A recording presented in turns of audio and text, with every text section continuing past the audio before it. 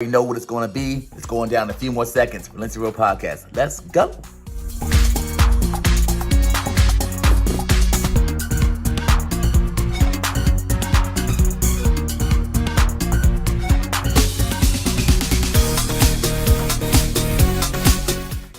What's up, fam? It's your boy Dr. Mike, and it's almost that time to get real, raw, and relatable. Looking forward to talking to y'all soon. Peace.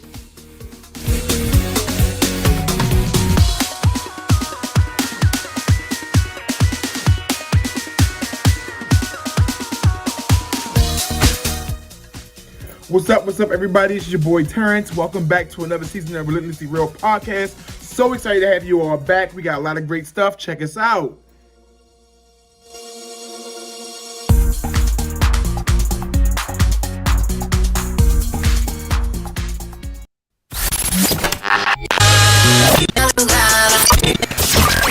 You're now listening to The Real. Man, I appreciate them dudes for talking about The Raw. Wait, they were talking about The Relatable. That's exactly what I've been going through. The Relentlessly Real Podcast.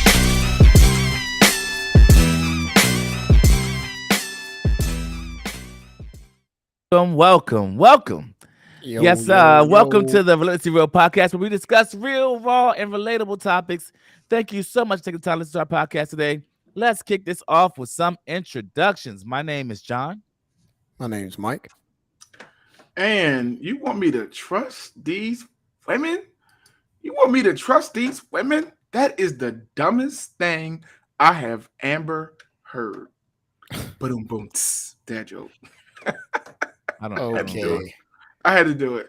I don't even know what that's from. Is that from something? It's a joke. No, it's the. It's awful. The Amber Heard. It is awful. It's, Which is it's why so it bad. has to be told, because it's so bad. Is it a joke? Wow, though? tough crap. Yes, it's All awful. Somebody apparently was trying to tell you how awful it was. It's Right. really I'll bad, try to warn but it has try to to be warn used. No, It has to. No, it's pretty awful. It's fine. It came and went. my joke It's was no- awful. It's the dumbest thing I've ever heard. Yeah. So here's the deal. I want to make sure that I say this at the beginning of the podcast because on Sunday it's Father's Day. So It is. to all the soon-to-be fathers, all the grandfathers, the great-great-grandfathers, all of us, all the above, and the dads out there all over the world, just want to say Happy Father's Day to each and every one of you. We don't get many days, okay? We actually only get one.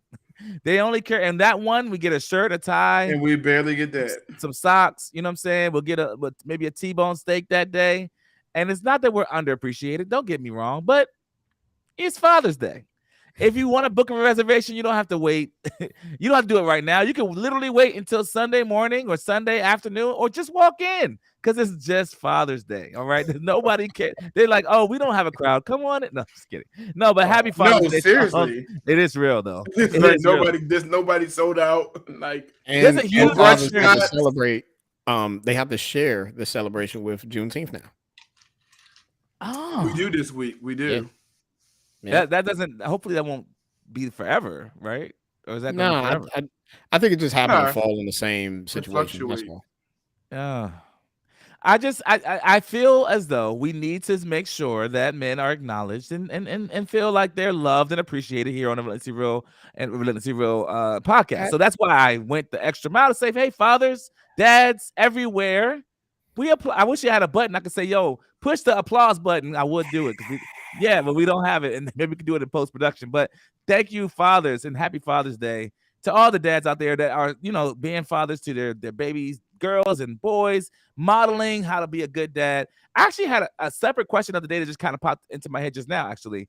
The question of the day that I have is a little bit different than what I was going to do, and I might even still do the other one. But this one is this. Would your future kids for you, Mike, and kids that we have already, Terrence, would it be like, yo, if your daughter was to marry somebody, would she want to marry somebody like the man that you are? Or would you want her to marry somebody like the man that you are? Whew. Off the dome, too.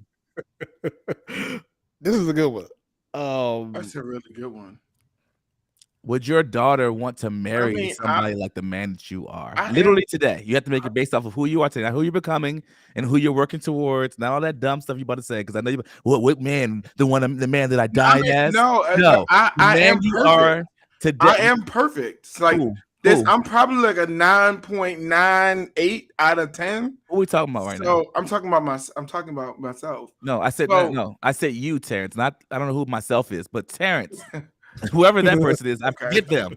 You, as you, you So are you saying I'm not? Are you I'm saying trying you to say- named, somebody named myself is not who not you. Okay, I'm saying who. I'm talking about you, right? So you, Terrence. I'm asking, would your daughter London want to marry a man like Terrence Boquisha Robinson? Not with that middle name. That's the dumbest thing I've ever heard. You've I'm ever gonna keep heard? using it. Cannot I'm gonna use it till like. Oh my god, you're so corny. So the yeah, I would think so. I would say yeah. I mean, yeah. I would say yeah. You would definitely want. Yeah, because I the reason why is because I consider myself to be very self-reflective. Okay. And at the end of the day, I like someone who I'm probably even overcritical of myself. So I would want her to marry somebody who is like self-reflective, who doesn't mind feedback, and who also like is always like looking to improve themselves. Mm-hmm. So that's the What do you say, Mike? Yeah. If you had to, let me reset it so everybody who's coming in. If you had to marry, if your child were to marry the person that you are, would you want them to marry the person you are? Basically, is the question. I would want my daughter to marry up, like somebody better than me, but being as though there's no one better than me, then I guess she's not getting married. So wow. This is you guys are extremely humble. I mean, I'm just amazed at the level of humility that's transpiring here on this podcast. Humility means honesty, and if Mike is just honest, like that's just okay. No. Well, so all seriousness though, I really do. I like Terrence's answer, and I agree with that. In reference to like, I would want my daughter's husband to reflect like pieces of me in reference to the accountability piece, the self-awareness, and like wanting to like be better than he was the day before type thing. You know what I'm saying? Like aspects like that, protector, caring about family, stuff like that. But but there are also aspects of me that I am still working on now that I know that I wouldn't want my daughter to have to go through within her own marriage, you know what I'm saying, with her own husband, you know what I'm saying? But that's just the self-reflection piece of me that I'm just like, I really don't like that about myself, and I'm trying to work on that. So if he had that same thing, I'd be like, I get it, but I really don't. I'd rather my daughter not have that. And that's what I was about to say. That was what I was about to say. So I would say yes and no to the answer to this question. I would say yes, I definitely have attributes that I love about myself, and it's not in no kind of arrogant way like these other people on here. No, it isn't. No, it isn't. Okay, there are definitely. I hate you to say that. Everything about you is horrible. Like, thank you, and you're one of my closest friends. I appreciate. And I love you, like but to the idea that this idea of like who I'm becoming is this great person. I believe. I agree with the self-reflection. I think what I'm learning to be really great at is ownership. I'm loving the idea. And it's almost, I don't know if it's been popularized, but I'm really loving the idea as a man to be like, I do that. I want to be able to, I actually am like really rounding that corner and be like, I don't be the one to be like, no, I don't do that. Who, me? Javita might say I'm wrong. I don't think so though. Cause I more often than not, I'm gonna be the one to be like, no, you're right. And I'd be like, it'd be trash characteristics. I'm like, yep, that's me. You are accurate. You are accurate. You know what I'm saying? So I'm just saying. Go ahead. I'm sorry, Mike. What I've realized about that though, with the whole like taking ownership, is I realized about myself where I would take ownership so much so where it would totally disregard what that other person might be reflecting upon me, or like what has happened to me. So say for instance, if I'm in an argument with somebody and I'll say, you know what, that was my bad. I ended up doing X, Y, and Z. You know, I said this, that, and the third, or whatever, but they clearly said some things that kind of provoked me, or they said some things that were just, you know what I'm saying, downright offensive. And my self-absorbent like ownership kind of like disregards all of that. And I've had to learn to like see things objectively, like see it for what it is. Yes, I'm gonna take ownership of my part, but I also am going to say, hey, that actually hurt my feelings, or like, hey, that was wrong of you to do, or you know, something like that. Yeah, if that makes sense. Yeah, I mean, I hear that. All I'm saying is, it's just I like that I mean, this is not to make this a long segment at all. I just want to say, I really do like the idea, because there was a point in time where I'll be like, I don't do that, and I believe I just had a very big lack of self-awareness. I think I had a problem with it. My inadequacies would always often overtake me. Like literally, I didn't want to even reveal them. But now I'm more like, I do that, and I'm okay to. I don't know. It's like a safety at like 30 something or 4. I don't know if it is like where you start to be like, I do that. I do. Yeah. And you just start to be like, it's not to say that I'm warming up to it. It may not be who I really want to be, but no, I definitely do that. And I own that I do that.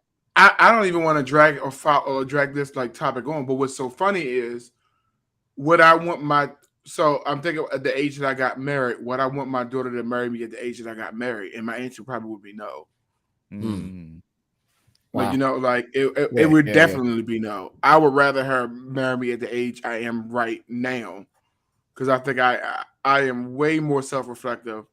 I'm also becoming more of a direct person, and not as passive. I was very passive, very, very, very passive, and that has like hindered a lot of relationships. Yeah, and so to be more direct at this age, I like that. Yeah. This is actually a really. I don't want to move just a second from that part, because I definitely think there's something to be said about when you get married, and what part of who you are when you get married is, and how important that is. Because that I know for when we got married, I know myself and Mike got married a little bit after Terrence and I. But when we got married, I know it was this thing of like, you've been with somebody for a minute, and then all of a sudden it was all cool because everybody was just dating, and then everybody started getting married. You're like, oh, y'all all getting married, So it wasn't that you did it because of that, but it was that, man, they all are getting married, and then you all start to look at each other like, well, what we doing here? Like how long are we gonna be just dating? You know what I'm saying? All that kind of stuff kind of surfaces, right? Almost like a little bit of pressure behind that too, right? There is 100% pressure. Every single person, every single time, man, when the family does this, not even intentionally. It's just a thing of like a breakout in conversation. You've been dating for a couple of years. You keep coming to family functions. When should we expect kids? When should we expect, all those things? It's the way people socialize, man. Like it's a social norm to like want to take it to that next level, and that could be induced by like cultural norms too, right? Yeah. And that's what I'm speaking to. So I'm almost kind of like, I want to uproot almost every cultural norm, especially within our community, that says, oh, you gotta do this by this time, this by this time, this by this time, and this by this time. If you don't do it, then you're far off course and you're on the wrong track. And I'm like, no, and 1,000 times no, because the person that you like, I always like to quote TD Jakes said this, and it stuck with me ever since he said it. He said, like, anybody can marry the person that they marry initially, but few people can stay married to the person they become. And I was like, that is a weighted comment and commentary. It's like, will you learn the person that the person becomes 10 years, 20 years, 30 years? Are you going to be, what's the word? Not just excited about, but even like have curiosity about who is this person becoming that you don't know, that you knew before, but that person is evolving. There's got to be a constant curiosity about that. Yeah. That's good. That was a little soapbox. I didn't mean to go all the way over there. That's good. But Father's Day is all about that, right? And I think about it too. So I think half my answer to that question would be yes. I want my daughters to marry somebody like me because I'm awesome. I'm dope. I'm great. I'm ridiculously the best thing that's ever happened to this planet. But aside from that, I'm also trash, and I'm learning how to be a better person. At the same time, so we're being honest. I like it. So I'm gonna move on because I don't like how much this No, I just guy. like the honesty. That's all. Like, Yeah, I don't like it. This is what Terrence wants me to share with you guys. Let's see what this is. But we sleep together most nights. Last night, I went to bed around 8 o'clock, and I'm a really light sleeper, so I slept in my bed. He went to bed around 12 a.m. because he's a late sleeper, and he was playing video games all night in his room. So the separate bedrooms just really work for us. I definitely recommend. So my boyfriend and I have separate bedrooms, but we sleep together most nights. Last night, I went to bed around 8 o'clock, and I'm a really light sleeper, so I slept in my bed. He went to bed around 12 a.m. because he's a late sleeper, and he was playing video games all night in his room. So the separate bedrooms just really work for us. I definitely recommend. Okay. so the question is, so there's this she puts it out there that her and her boyfriend, it could be husband, whatever it is, they live together, but they have separate bedrooms. So my question is, would that scenario work? And that's for anybody to answer, like for you, and what could be the reasons behind it? And like, what's the pros? What could be some of the cons? So would you get married and have separate bedrooms with your partner?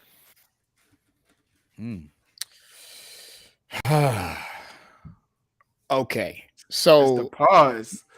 So I think that would be very interesting within my marriage. And the reason why I say that is because we enjoy being around each other, especially at night. Like we've grown accustomed to that, right?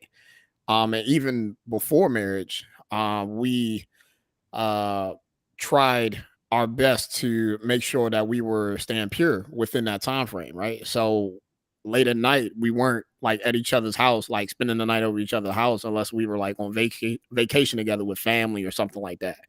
So like this is something that we looked forward to. If we were to have separate bedrooms, that would just kind of defeat the whole purpose and how that was supposed to work out, right? But what I do like about this comment or like this subject or whatever is like, hey, we can have our room, but we can have like separate rooms for each other. So I can have my video game room. She can have her artsy room or whatever like that. If you decide you want to stay up till wee hours of the morning in that room, cool. Just know, just come see me before the crack of dawn and say, hey, what's up?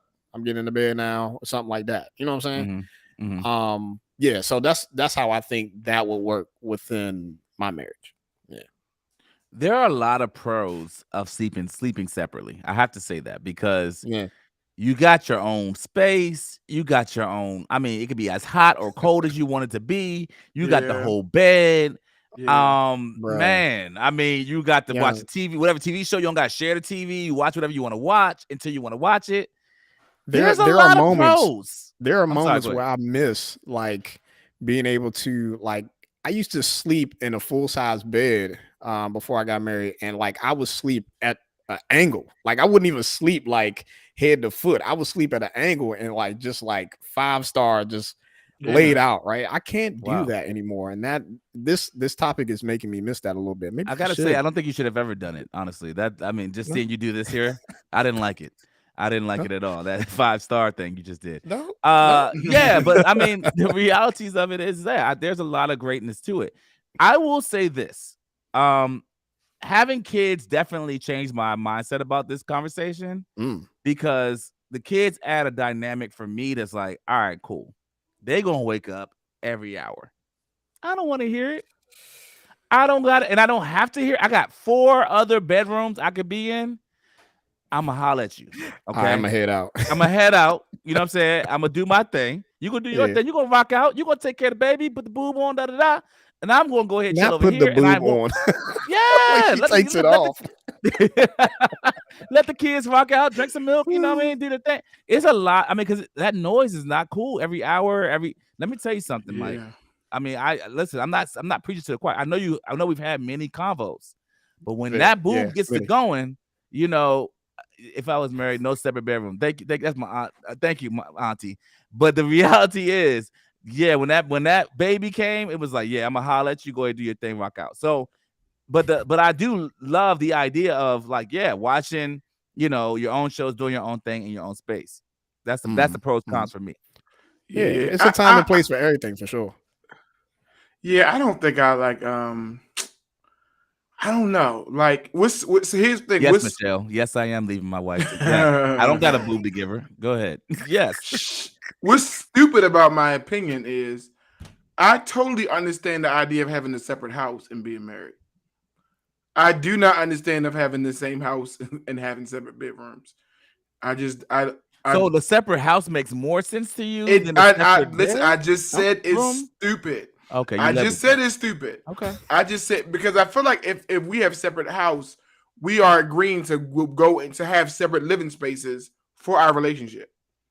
Like makes sense. Like my wife, you like the permanence of it. Then if you're gonna do it, I'm not. If you're gonna do it, okay. If you're gonna have a separation, it's gonna be separation. Yeah. Like, why am I going into this joint to have a separate bedroom? Now, if I happen to fall asleep in the guest room, that's different. But I don't want. I can't. I don't want to like. You know, yes. And I remember like even within my marriage, I remember that being the issue with Tanisha. It'd be like, yo, like, you keep falling asleep downstairs. I didn't sign up for this. And so it's like, and that was, I had to take that feedback to realize like, oh, this is causing issues.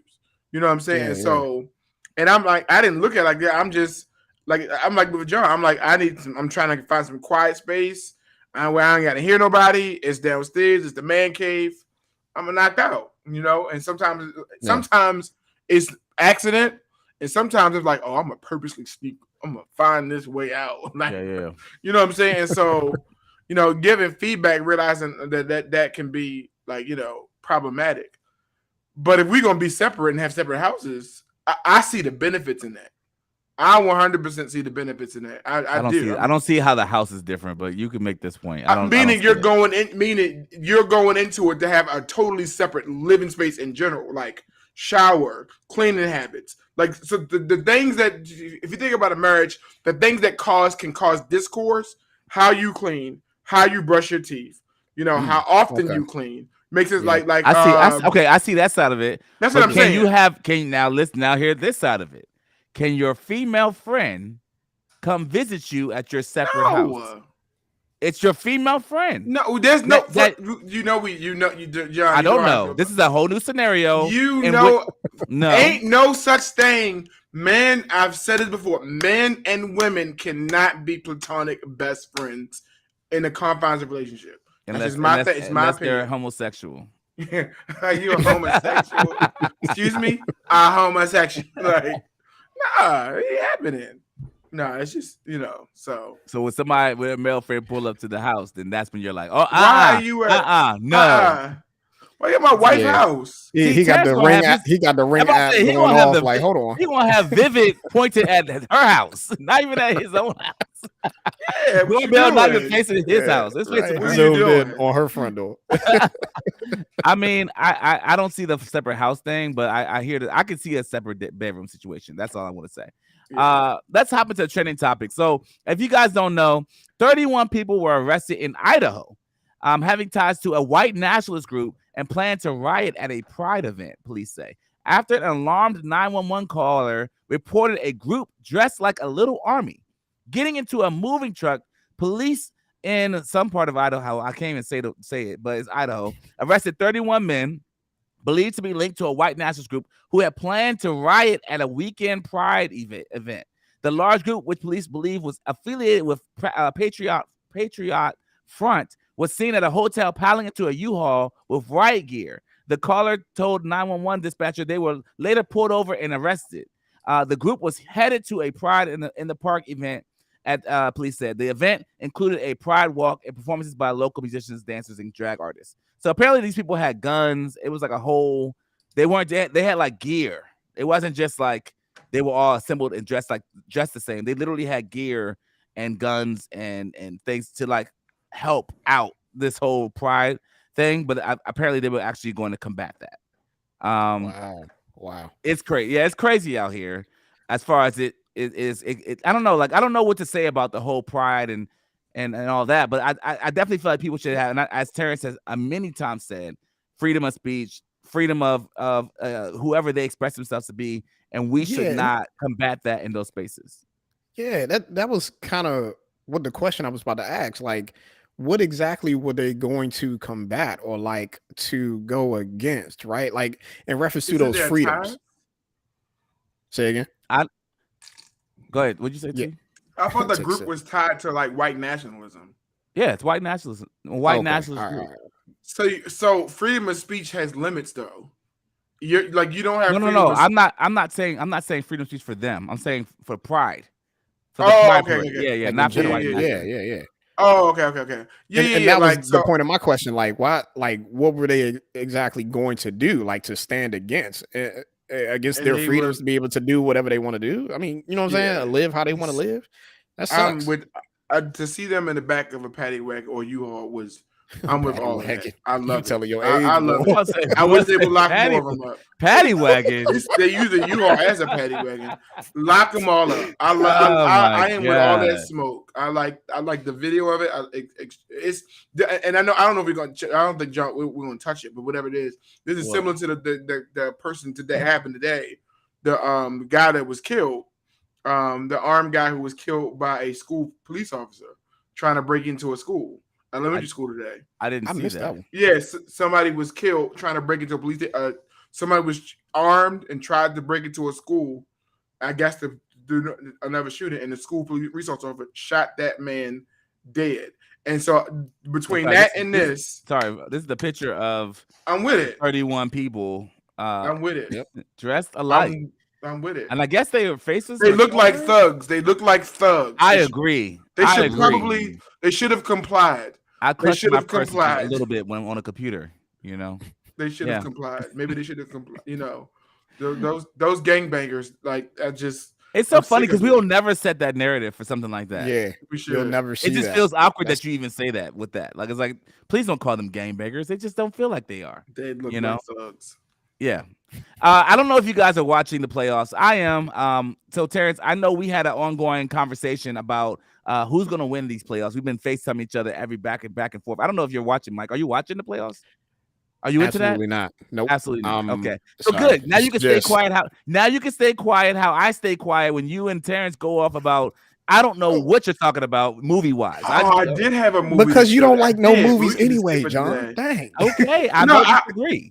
We got to do the movie, but we'll get to it in a second. We got. I'm gonna say I was gonna say not Celtics are not gonna win. No, I say Golden State. I said in 7. That's what I said. Golden State in 7. Golden State in We 7. are currently Celtics in 9 games. Yeah, hilarious. Exactly. They'll need 9 games. Exactly. So I don't think the Celtics are gonna win this series. I saw. I don't know if you guys saw the last game that was on Monday, but it was a pleasure for me to see those Celtics go down the way that they did and lose, I think 104-94 to my Golden State Warriors. I'm a fan. I love the Warriors. And I think, Terrence, were you a Celtics fan? I'm not a Celtics fan. I'm a Laker fan, but I was rooting for the Celtics because I love the underdogs. So I was rooting for the Celtics. Yeah. Well, you're hoping because so as of tomorrow, because It's today's over. Wednesday, on Thursday, they're going to go. Golden State's going to go to the Celtics Stadium, and they're going to lose. I mean, Celtics going to lose, not the Golden They're State. definitely going to lose. Celtics are going to lose, and I believe they're going to gain. I mean, I hope it doesn't go 7. That's all I want to say. I hope it does not go 7 games. What do you think? Can we admit that the Celtics are doing better than what people expected? Wear your Hersey. I don't know what a Hersey is. You shouldn't say it's jersey. I know. I don't care. I'm betting like that. You're right. I'm not a real fan. Then you don't have to call my card out like that either, though. But I've loved Curry for a minute, so Yeah. I'll just say I'm a Curry fan. I'm not a Golden State fan, but I'm a Curry fan. But the reality is they're going to win the series, and I knew it from jump. I said them in 7. Terrence has been saying I'm all for the underdogs, and that's what I always cared about. But he found. I always said Golden State was going to win. I was just rooting for Boston. Oh, now okay. The narrative. They shouldn't have. They should not even be. They should. It shouldn't even be going to 6. Yeah, I'm laughing at Michelle, man. She's What'd she like, she see nothing about the Warriors on your wall. First of all, I don't even stays use in my the wall. wall. I'm like, what is it? Facebook? What wall we talking about? Facebook wall? They still got that? Yeah. I don't know. That still exists? I'm sorry. I'm just kidding. We're literally streaming on Facebook right now. Oh, I I love you. you. Celtics fan. That's what it is. Like You're a Celtics fan. Yeah, you'll need yeah. 7 because you're not gonna make it there. All right. So Terrence sent me this wonderful video Speaking of that, in relation to this. Here we go. here's the drama. wildest relationship scenarios I've ever seen. Last night, Del Curry was at the Celtics-Warriors NBA Finals game with his new girlfriend. Back in November of 2021, Del and Sonia, Steph's mother, got a divorce. Last night, they were both at the Celtics-Warriors game with their new boo thing. And then somebody tweeted out why Del Curry's new boo and Sonia's new man look like they used to be married to each other. And then, thanks to the power of social media, a joke turned into reality, and it looks as if these two were married to each other. Here's another photo of them. I mean, this is peak this league drama. There has to be some wild story here, because I know for sure this isn't a coincidence. Either Del or Sonia started dating one of these two first, and then the other said, you know what? I'm going to date them too. And for all this to happen during the NBA Finals, crazy world we live in. Steph Curry's divorce. I'm with So that. I don't know if you guys were aware that they showed up to the game. Steph Curry's mom and pops, who are now divorced, showed up to the game with their boos. And their boos used to be married to each other. And I was just like, hey, yo, why is this not trending? And going like, it's because he's saved. Nobody want to mess with the Christian. That's what that is. Why is this not going mega viral? Your pops and your moms are banging former spouses. Each other's spouses. What's going on? So if I'm correct, she cheated first because that was the reason why they got all my children is going on, man. Because this is soap opera worthy for sure. It's them Christians, nobody cares. Man, I tell you. It be them Christians. It's them Christians. Wow. It's the Christians. That's judgment that I don't appreciate. Wow. I didn't see that. I didn't even see. I actually saw that video and I didn't even realize that they swapped spouses. Yeah. I was like, what? Like, yeah. And it's maybe like that's why he went 0 for 9. Like hilarious. What's going on up here? Like, my whole life is 0 for 9 right now. Like, right. Mom's with another man. To the game. Yeah. Just bring it to the game. And let's be very clear. Neither one of them look better than They definitely married down. I didn't want to say it. They dating down. Yeah, you're dating down. He's busted. She's busted. Like. And watch they end up back together like a year later. They should. That was the best option they had. Yeah, man. They both went wildly down. Listen, that's what happens when you don't grow. This is full circle. You got to grow with your partner, says TD Jakes. Otherwise, you do some crazy things. You start to date down or something. What if it's a whole scheme just to make each other jealous and get back with one another? Yeah. Oh, you date down? I'm dating down worse. You bring him to the game? I'm going to go lower. I'm going to be on row 24. Section. I'm going to find me the nastiest, ugliest looking Joan I can get. It's like, what? You won. I don't want that. You won. That's great. That is hilarious, T. Thank you for sharing that, Jim. Guys, I don't know if you know. This is actually kind of serious and not really that funny. We're headed into or already in a recession. This is what they had to say. Ian, your rich BFF and favorite Wall Street girly who's going to give you the step-by-step. First, you're going to want to beef up your emergency fund. Normally, this is 3 to 6 months of living expenses, but for now, try to have 6 to 9 months on hand and put it into a high-yield savings account. 2, do your best to pay down any high interest rate debt. Anything over 7% ASAP Rocky. Don't take on any additional high interest rate debt and spend responsibly on your credit card. 3, don't make any financial decisions out of a place of fear. You will hurt your own feelings checking your investments right now. Don't do it. Don't invest any money that you'll need in the next year, but if you do have money to invest, consistently doing so during this downturn will help you get lower prices. That's a good thing. And last, refresh your resume. Recessions are times of uncertainty where talented people may lose their jobs for reasons beyond their control. So even if you're happy in your current job, keep an eye out for other opportunities. What other recession questions? We already know one thing that Terrence already did, guys. He refreshed that resume and got a new job. Hey, shout out to Michelle Pat for telling me, like, congrats on the promotion. Whatever. Yeah, man. Yes, man. Somebody already took one of the steps, didn't even know it.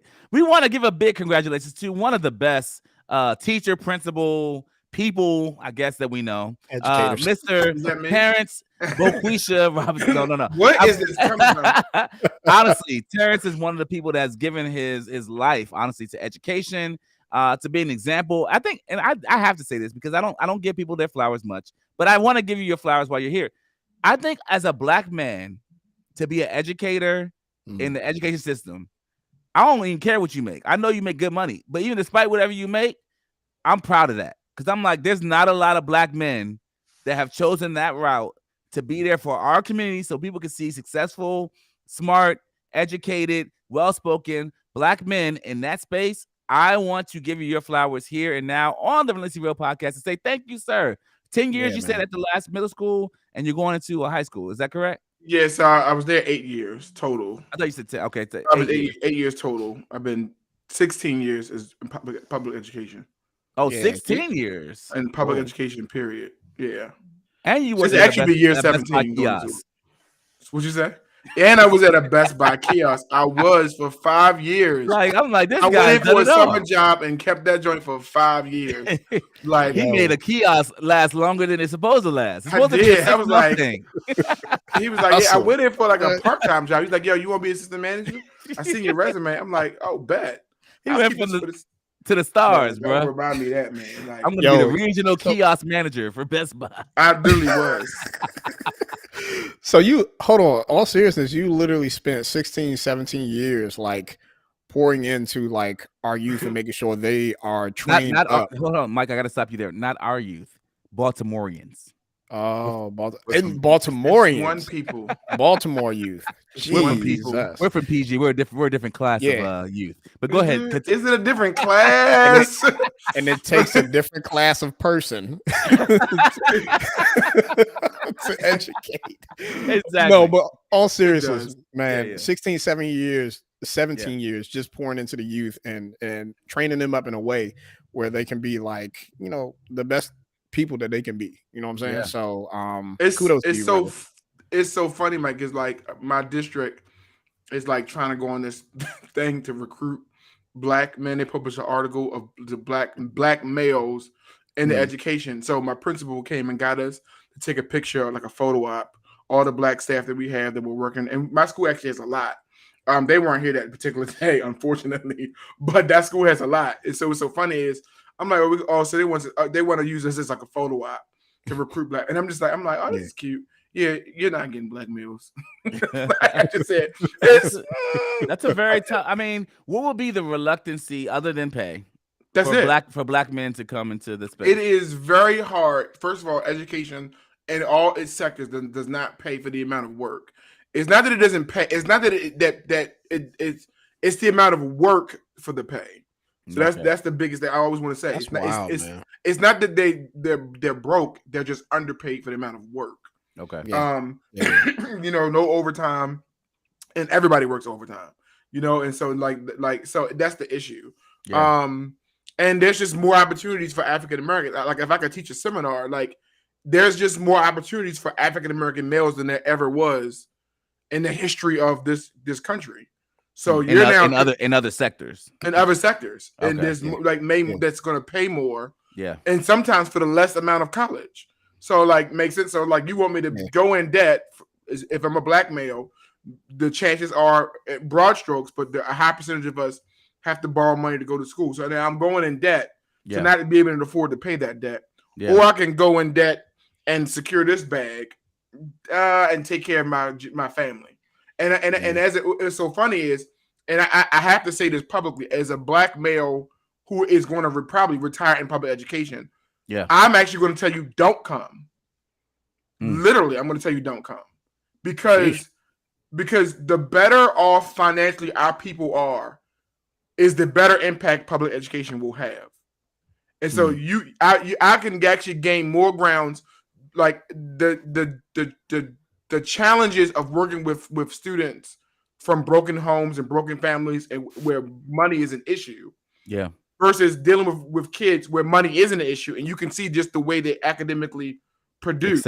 Excel. I would rather have you secure your bag, make sense, and just raise your family, not having to worry about those issues, you know, and send them to school. And we can literally change the entire culture.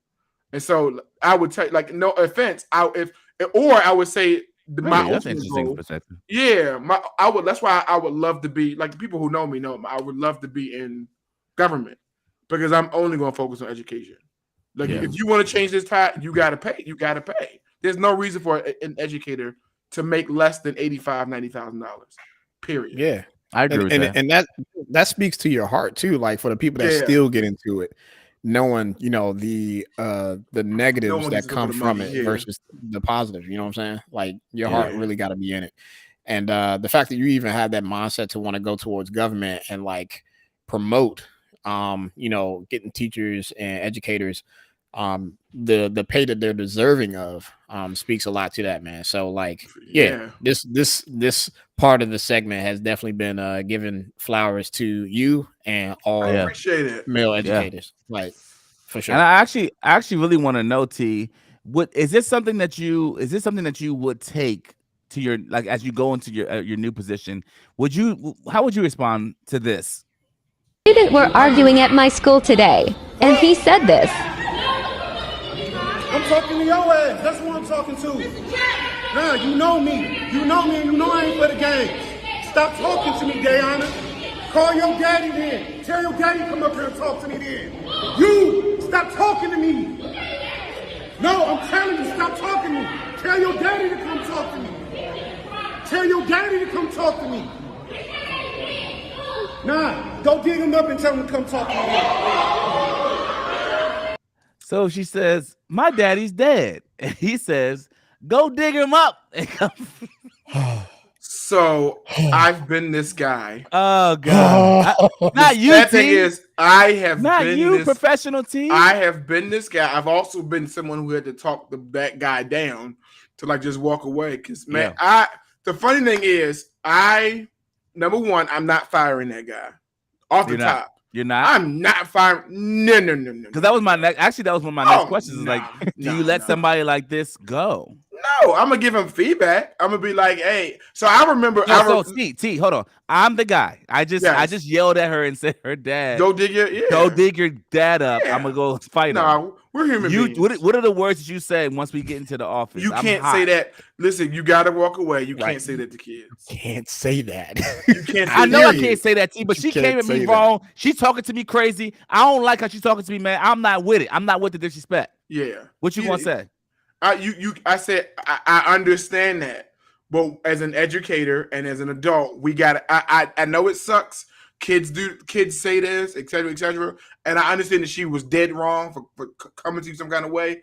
We got to set the tone and we got to be the example. You got to walk away, but watch this. That's as far as I'm gonna go with it. Yeah. Literally as far as a talk. Would you T? You gotta be I've real. been that guy. Hold on, T. Hold on. You gotta be real on this Relentlessly Real, raw, relatable podcast. Would you have said to him that part about digging up though was pretty funny? Would you have said? I probably would. I ain't gonna lie. Listen. I would have been like, bro, that part there. I remember I was arguing with this kid when I was just teaching. I was arguing with this kid, and I was actually in college to get my administrative license. Yeah. And I remember I was arguing with this kid in my class. I was teaching his class, and he was like, we were going back. I'm like, bro, like I'm literally like, what you saying? Like. You got like I'm asking you, do your work, you don't want to do it, you get out of my class. Yeah. He's like, oh, you think you big and bad. You lucky you ain't on the streets. I walked out of my class, walked down the steps, walked to the back, and yelled up the window. I'm out here. I'm in the streets. I'm in the streets. I'm out here. And the kids are like, oh, Steph, I'm literally right here. And then he'll walk to the office. Like, nah. No. I followed him to the office. It's like, no, you wanted that. You wanted this stuff? Like, what are you talking about? I'm literally right here in his face. The funny thing is, the assistant principal at the time was like, yo, you can't do that. You want to be in leadership. I can't, like, and he's a black guy too. He's an older black guy. He's like, what are you doing? What are you doing? Yes. Like, his parents in his office, they see, I mean, I was literally in his grill. Now, here's the kicker. Funny thing is, 7 years later, this dude actually did shoot somebody. Okay. He was about that life. He really was about that life. Well, like, I'm glad, I'm grateful. We be having different conversations. Like, yeah. Terrence, could you have been the catalyst to that? Like, I hope he didn't. I hope he didn't push somebody to shoot nobody. I hope not, man. Like, so Brandy says, I love this video. The man wasn't in the wrong. The only part that maybe could have changed is the quote, dig him up. And that's a hard maybe, because if you push me to the point, I might say it too. So I don't know, Brandy. I don't think that's okay. I don't think you should say. Listen, dig him up. But I will agree. I will agree with Marquita's what she says here. She says kids are just not, and this is real. And this is kind of the topic for today. If I were to say like an unofficial topic, it's like, yo, how do you manage as a principal? Like, how do you deal with, and how do you maneuver that? Like with the kids being so disrespectful, they just out of pocket. You can't take them. You can't say, hey, mama, your child, or hey, or I'm guessing you can't say, hey, mom, hey, dad, your child, your son is so disrespectful, and this is, you need to do something about it. Like the fear of the parent is gone, I'm guessing. Like you've been doing this for 16 years. Yeah. So you could probably even pinpoint, I would even guess you could pinpoint what year it left where parents' influences were not so big. I'm guessing, T. You tell me. You're the educator. So it's I'm two not in sides. that world. You have that side, and then you have this side of adults who just aren't mature, and so they support the attitude. Yeah. You see what I'm saying? Like they support, like, you know, like I remember I had a girl who got 3 of her friends to leave class and go to the gymnasium and beat this girl up. And I told the parent, I got to suspend her. Why you got to suspend my daughter for what? I'm like, what do you mean? What do you mean? She beat somebody, man. Yeah, she left her class to beat somebody. To beat somebody. She's like, why you just like? But the girl was running her mouth. So let me ask you this, Terrence, and Mike, as a future parent, and Terrence as a parent. What would you guys do? London gets beat up by somebody at the school. Or I don't know your future children's names, Mike, but let's just call her Kylie. Gets beat up at the school. Yeah, I said Kylie. She's a white name. I'm sorry. Candace. Let's just do that. Okay. That's more black.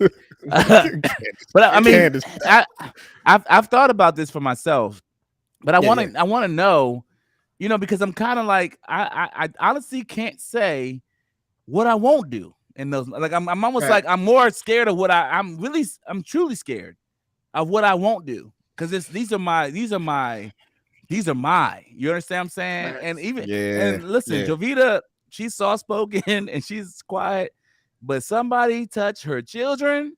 Even I don't know. I would be sitting there like, sir, I don't even know this woman. I don't know this woman. This woman, I live with her at home, but the woman she became just now is like a whole nother person. And I feel like the same would be true for you and all of your wives. So I'm probably more the rational one. I would 100%. I am definitely the most rational one.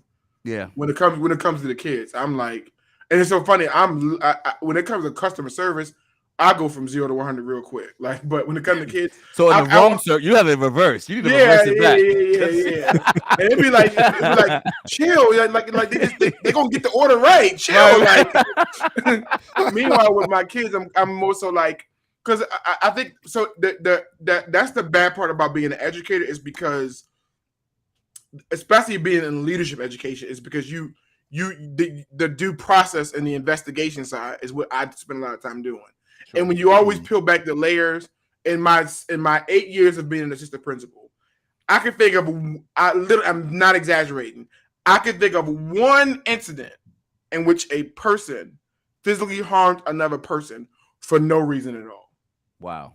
And this kid, we knew, had some serious psychotic issues where he knew he needs to be checked. Like he got some issues going on. He don't need to be here. It makes sense. Yeah. And so, other than that, there's always something else behind it that your child have done, that your child may have done. It didn't mean it result to getting beat up, but it's very rarely is there like 100% innocent in a scenario. Right. So I'm going to ask a scenario-based question, and I need both Mike and Terrence to answer this question. Okay.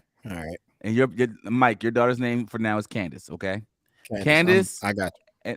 And London.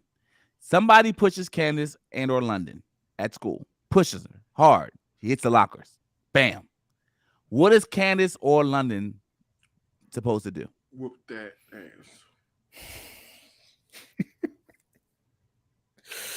ass. Okay. And I work there. That's bad. That's like bad. I want to say that though. I want to be able to say, you know, hey, put them on the floor.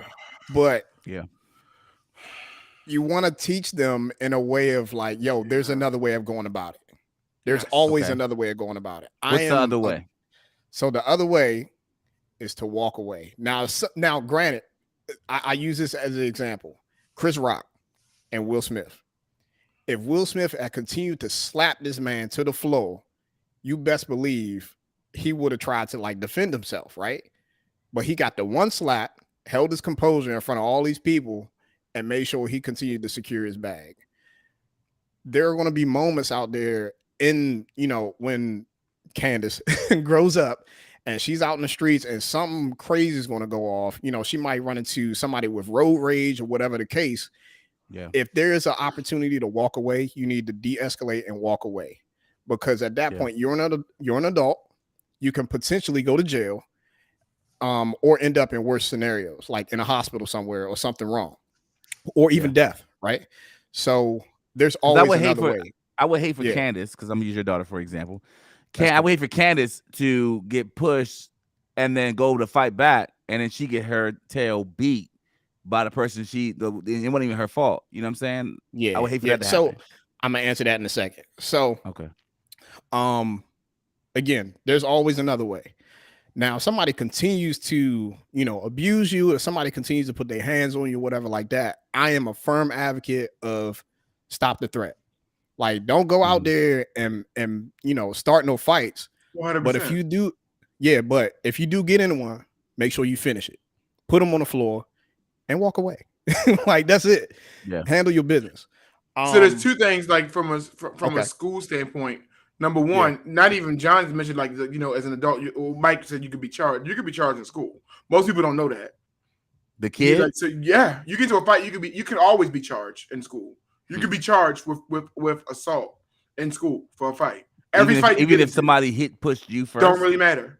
Like, so it don't matter if somebody pushed you first. Nope. I'm speaking from the experience. If two people get into a fight, the issue is what has to happen is if one mom, because the one parent be like, I want to press charges, that's fine. Just that your daughter hit them too. So if I got to press charges on them, I got to press charges on the other one. It's both. They both got to get charges. So they're both going to have a court process because of this. So one of the students is expected to just get beaten to a pulp. Is that? No, I'm not. So what happens is somebody has to press charges. You see, make sense? And so if the parent chooses to press charges, sometimes the police officer or the school can, or etc. But most cases, in my experience, the parent will say, my child got beat up, my child got hurt, I want to press assault charges. And the school resource will be like, I can do that. But if your child was fighting this person too, I just let you know I gotta press charges as well. And so, and then the court deals with the court deals with the fallout. The court will do everything else. What was the circumstance that led to the fight, or whatever it is? Right. Oh, so at the end of the day, that child was defending themselves. We're gonna drop charges against you. We're gonna hold charges against you, whatever it is. We don't do any of that. And so that's that one point.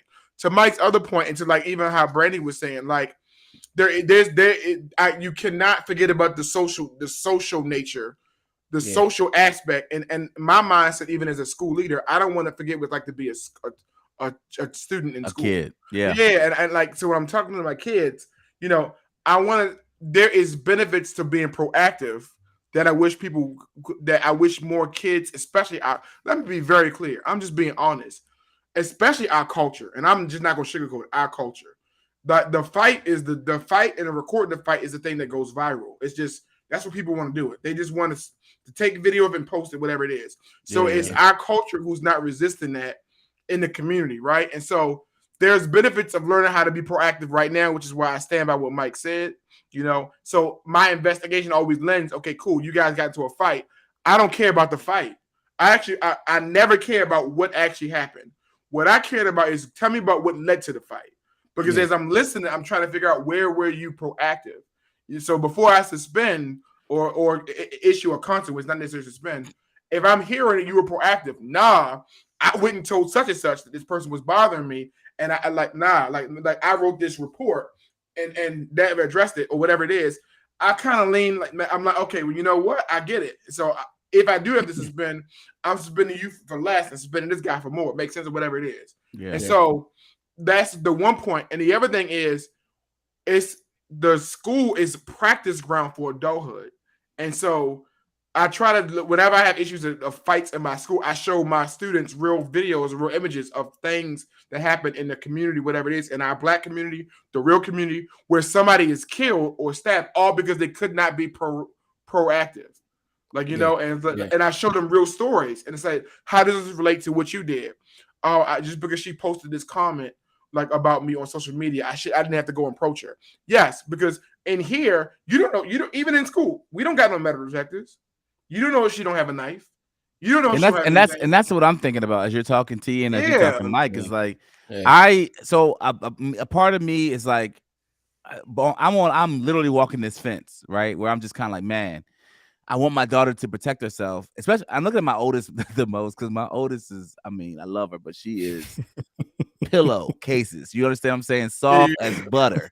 You know what I'm saying? So I'm like, sugar, you gonna have to get a baby poop. Man, she is. I love her. I do. And I'm like, I'm gonna either have to train her in the backyard or something, but she gonna have to get ready if she ever is to go to public school, because these people are gonna go in. Because you're light skinned and you think you're cute, but you only gotta think you're cute. You just gotta be light skinned and walk in the room, and they're like, oh, she thinks you're cute type energy. So I'm just listening. I'm listening and looking at that type of stuff, and I'm like, yo. But at the same time, I'm listening to T. I'm like, yeah, you're right. You don't know what they got on them that could escalate it from being an emotional fight where you just want your child to come home. Like, you know what I'm saying? More than your child winning the fight or even protecting themselves, you want them to be able to say, she's home with me and she's safe. Yeah. And I think that's what I'm more worried about. And even though my value systems align with more like Brandy, I really do feel like school is more like jail, especially now, where you're like, yo, I gotta prove myself that I got the hands, because and especially a public school space, which is why I'm like, I gotta have the bread to get my daughter in a private school space where at least I know they're trying to do more to stay on course with consequences are heavier. Yeah, they just kick you out. Like everything. Yeah.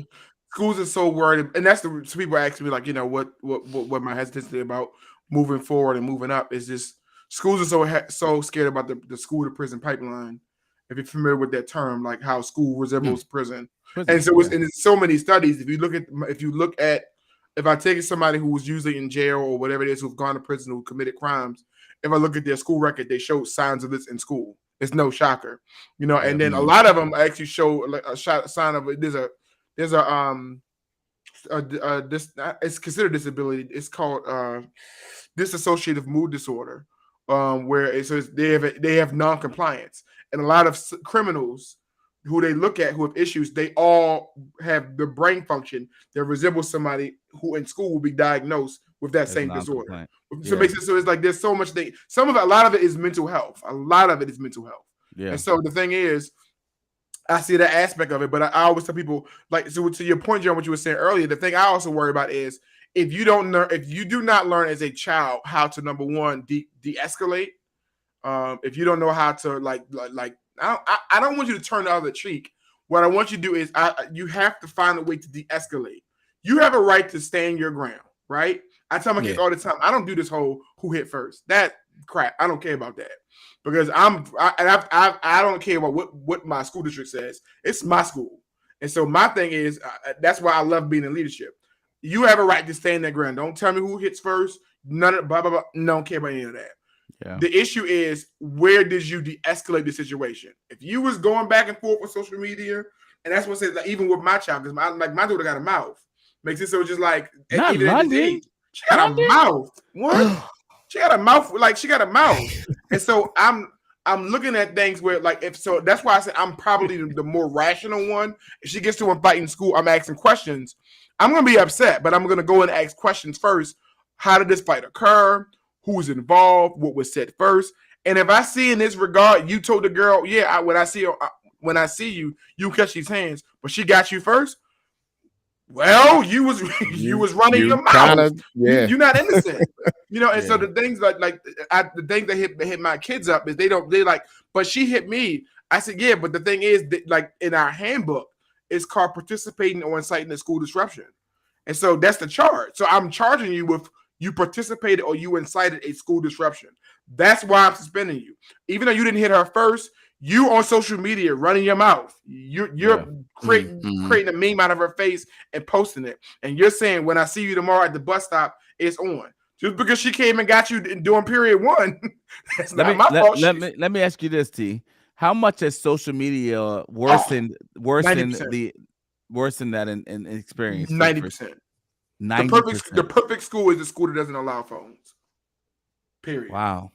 Period. Wow. Yeah. Period. It's 90%. So that kind of, I thought about that as we're talking about, like, you don't know what like kids have on them, whether they got knives or whatever like that, right? Like, kids have so much, I guess, access to things nowadays. All they have to do, if they wanted to order a knife online, they can order a knife online. And guess how they can do it? If they have their parents' credit card information, if they sign up for Apple, like an Apple card, right? All of this stuff can be done online. Easily, like it can be done online. You can lie about your age, you can lie about your birthday, whatever like that. You can get stuff shipped to your house. You can get stuff shipped to your friend's house or whatever, and they will figure it out because kids are smart enough and intuitive enough to work through those things, right? I mean, think about, you know, the folks with these, like the ones that was involved in the mass shootings and stuff, like the recent one in Texas with he was 18 years old. So, I mean, he had to have had a weapon or at least access to a weapon prior to him being 18, right? Like, to know what a weapon is, to know how to use it and all that other stuff. He didn't just learn that overnight by watching YouTube and all that other stuff. And maybe he could have. But the point is, like, he had access to that stuff at a very early age. Somehow, some way, he got the equipment, and he had the mindset to go do whatever he wanted to do with it. I was investigating. Yeah, I mean, like, I was investigating, and a lot of times we spend our kids. It's this thing right there where kids create fake pages to bully other kids or to post things that's going on to the school.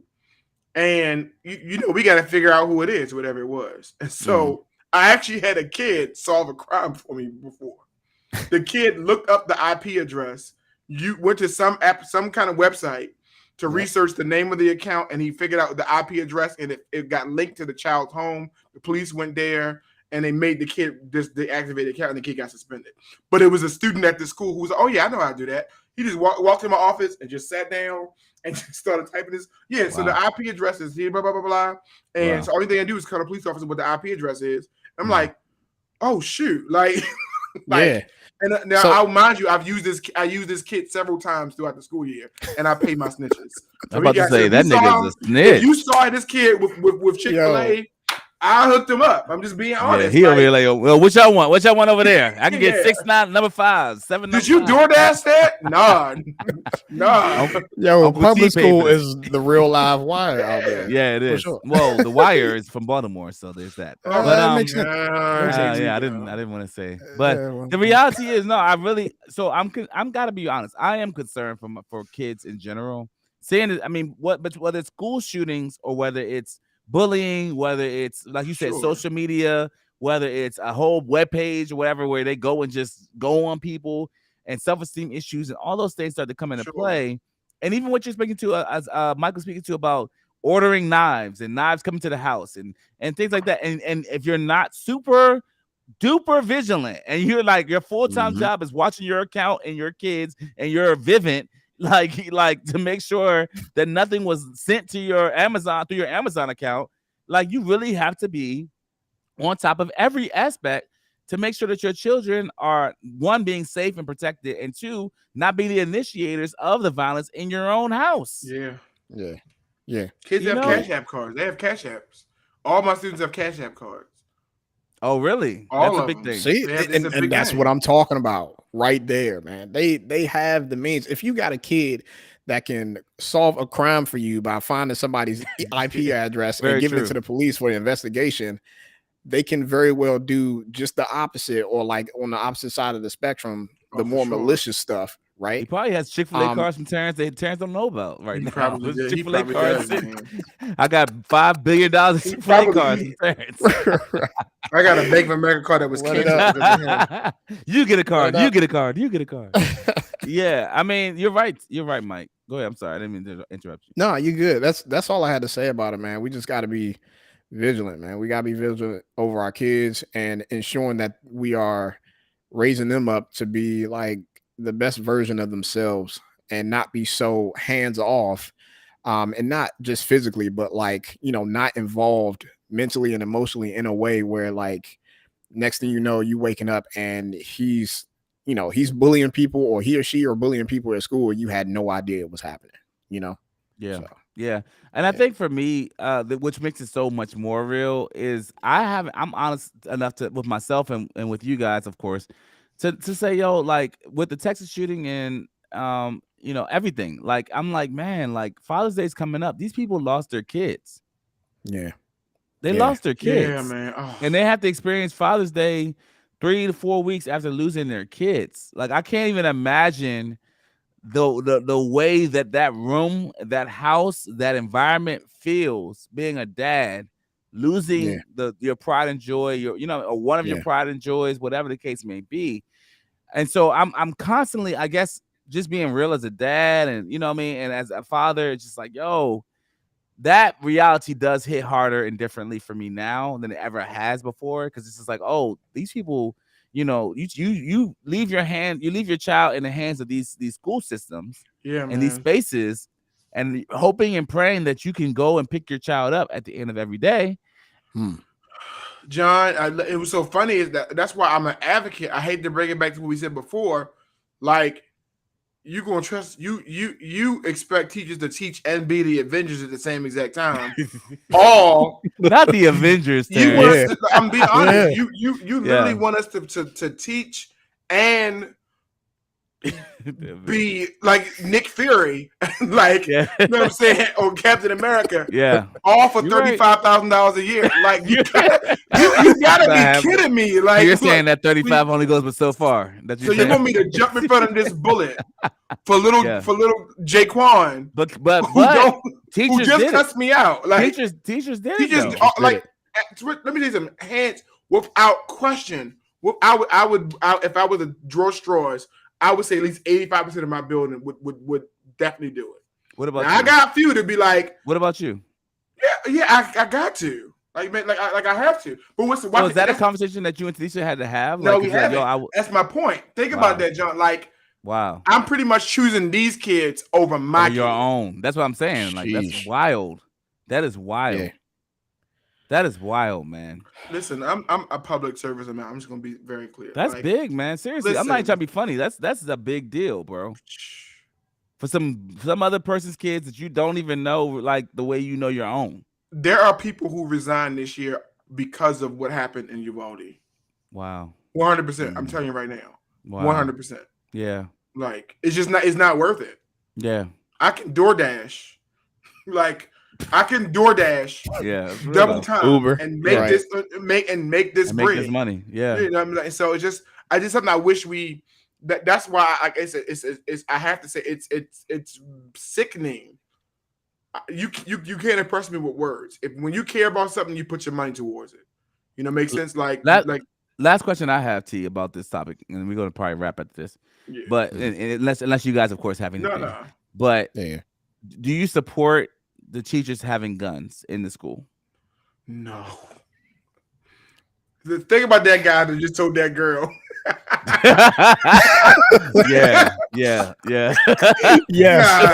Yeah, he would have carried it to a whole other area right there. Nah. Yeah. I support more school resource officers who are trained who come within the community. Maybe.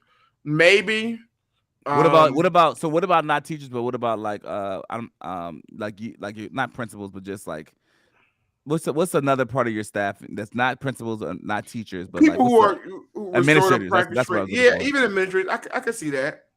You know, so maybe administrators having gun, but not like, but now you ask me to engage a threat at that point, like, you know, like. If you're willing to lay down your life for some kids, why not engage say you were about to die go home at the end of the day? I was about to say, you might live. It's stupid because I'm listening to kids speak from the Uvalde thing and said how they were hiding.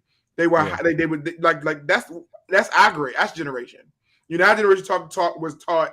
You know, doing these type of things, you hide behind a desk. You try to go in the closet. That's not even new. I'm judging that school district because that's not even the latest training on how you engage a target. Well, you're not judging it. I don't want to say you're judging it. I don't want to put on document that you're judging. I don't want to put on document that you're judging. I'm not judging, but what I'm saying is I do have feedback is that was that school district adequately prepared? Right. For it makes sense, like versus the latest training on what which is also stupid because what they're asking teachers, and I saw the funniest post, like there have been 100 and some odd like mass like school shootings since Sandy Hook. And the only thing that's changed is you've asked teachers and the kids to engage the shooter. Literally. Like that's the only thing that's changed. No new laws, no extra money, no extra funding. You've just now asked teachers and kids. And Johnson, we make this very clear. If your daughter goes to a public school in Maryland, she is being trained to engage the shooter. Right. Makes it so I do this like yes. And so that's the only thing that's changed. So it's just let that sink in. Like, because I mean, I would imagine statistically there's not enough resource officers out there to be able to like ramp up the staffing at schools, right? It's not even there's not even one in every school. Yeah, exactly. So I mean, it's either you train them how to engage and fight back, or don't, and they end up their chances of surviving a situation like that are slim to none. Yeah. So it's unfortunate, but we are in that day and age where it's like, and I even take it back to the natural like sense of like survival, right? Like it's either fight or flight. It's either you gonna run from it or hey man, I need to go home, so I'm gonna fight back. Yeah, at least train. I think about how to do it. I think about the mothers and the fathers that honestly just blew past police and did what they had to do to get to their kid. Yeah, that's more. I align myself more with that ideology. I align myself more with like, listen, you're gonna have to arrest me or kill me because I'm going to have to go in there and get my daughter. I can't imagine a world where my daughter's frightened and I'm thinking about me, because the reality is, I don't care what you want to say about gender roles and all the things that they try to say is changed about this world. I don't care about none of that. When my daughter's scared, she's looking for dad. Yeah. Period. Yeah. She's looking for daddy. Where's daddy at? Sure. Because daddy's supposed to protect me. Daddy's strong, right? These are these things that these kids are believing at a very young age, and I want to make sure I'm there to protect those images and those ideologies. So not to even end on a sober note, I really want to make sure that we also say, again, happy Father's Day. We're happy and grateful for every father out there that's being a dad in the house, taking care of the kids, loving them, cooking for them, playing with them, throwing them around the house, because like all the kids want to jump on our backs and do all the things, and we don't get enough. We have to normalize this in our day and age right now. Like we have to normalize making the men feel appreciated in their homes. Period. I agree, John. I think you should give me a gift. So I'm not going to normalize it to that degree. Right. But in what I will do in your own home, allow your own family to normalize it for you. You know what I'm saying? That's what I believe. You should give me. I think you should, because you love it. I think you should do what you love. Yeah. I think you should do. Okay. He's gonna turn that off now. Let me turn that off because we're almost done anyway. So no, guys, thank you guys so much for listening to the podcast today. We enjoyed having this conversation. Absolutely. This very robust conversation about the school systems. Congratulating my boy T on the next journey, the next part or portion of his life that's going to be forever changed. I think he's going to be an awesome. You're gonna be a principal there, right? Assistant principal at the next space. Think about it, guys. Another black man representing the black community in a positive light, talking about the things that we care about in those spaces. I think it's going to be super dope. And for those younger black men to be able to say they've seen a black administrator, a black assistant principal in their space. I love that we get to see that. And I love that it keeps going, even if it is in Baltimore. I mean, honestly, even if it is in Baltimore, they need to see it in Baltimore too. They need to see it the most, there. I'm being very clear. Stop coming from my city, but I'm also in Baltimore County, so it's just like it's very slight differences. Thank you guys so much for listening to the podcast. Check out, guys. Make sure you take a little bit of money out of your time. I know it costs you almost nothing, but it costs us everything. We would love for you to go to iTunes and just say if you are enjoying the podcast, why you are, what you love about it. Man, it helps us get a higher viewpoint on podcasts, the podcast world. All right, and on YouTube and anywhere, honestly, anywhere you help us go a little bit further, it really is helpful, guys. We really do appreciate it. But my name is John. My name is Mike. And I'm going to speak for John when I say John getting me a gift for Father's Day is the dumbest thing he's ever heard. Guys, thank you so much for listening to the podcast today. Peace.